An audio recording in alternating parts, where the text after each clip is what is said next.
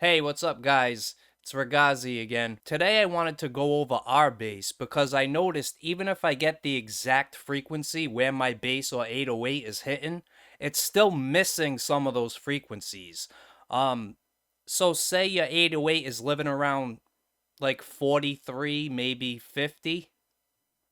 If you get it in that area, it's gonna bring out a certain section of that area.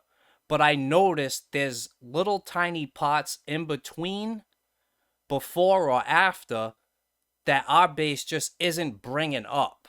What I noticed for my 808, I'll show you right here. Okay? I'm kind of using it as a kick in this type of beat.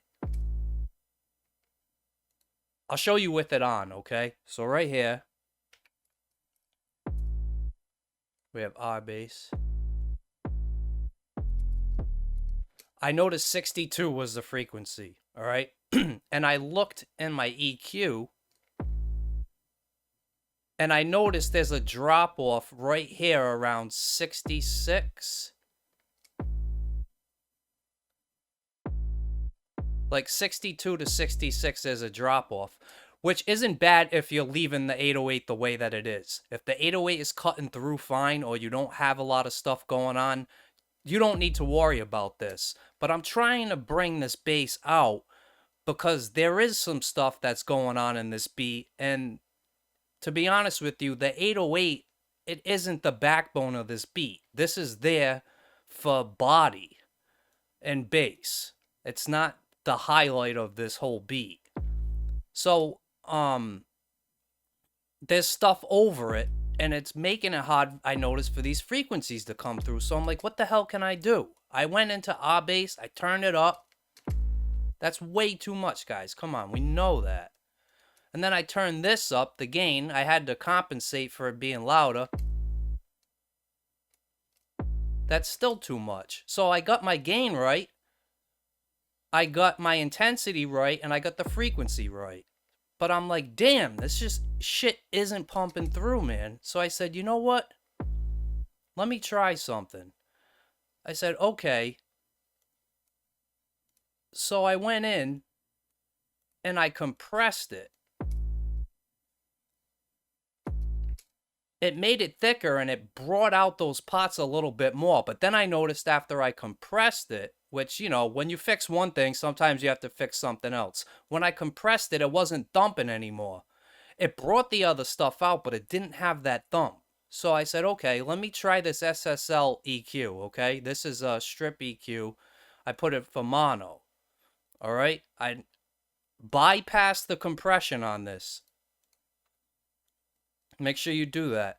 I said, all right, so how can I make this thump? I said, all right, well, I know the 808 lives in 40 to 43 or 45 frequencies for the thump. I know everybody must know that by now. If you don't, now you do. Anywhere from like 38 to 45 is where you're going to get that rumble thump from an 808, okay?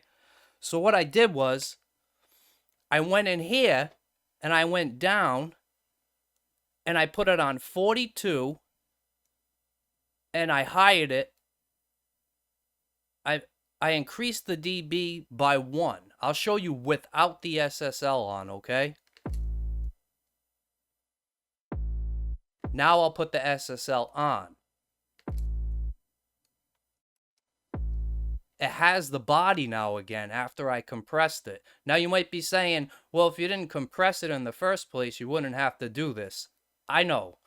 I did have to do it. Trust me, I wouldn't do something on here I didn't have to do. In order for me to balance this out and get it right with this beat, this is what I had to do. You can try it. Okay? Just find the fundamental frequency of your bass or 808 you're using. The way you can do it in our bass is, if you're too high, it's going to sound whiny. See?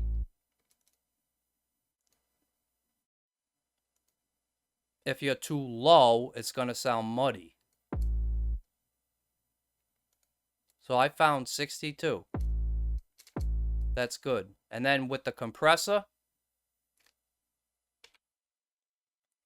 I set the ratio to 2. I lowered the threshold until I noticed I was getting about -4 reduction. and then I just hired the gain until I felt like it was bringing itself out enough without overdoing it.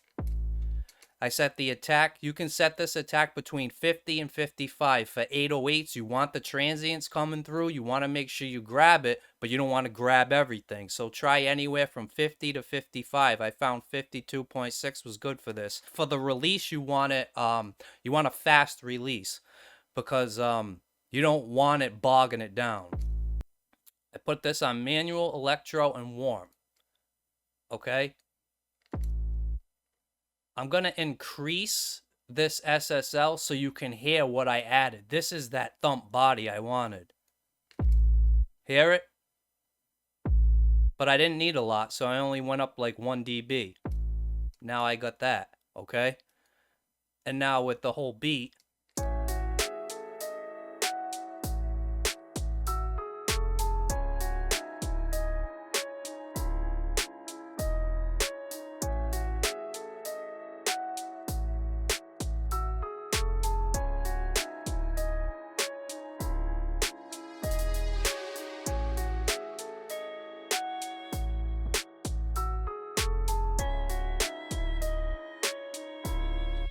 all right, that's the tutorial for today, guys. I really wanted to share that with you because that R bass, it was really bugging me, man.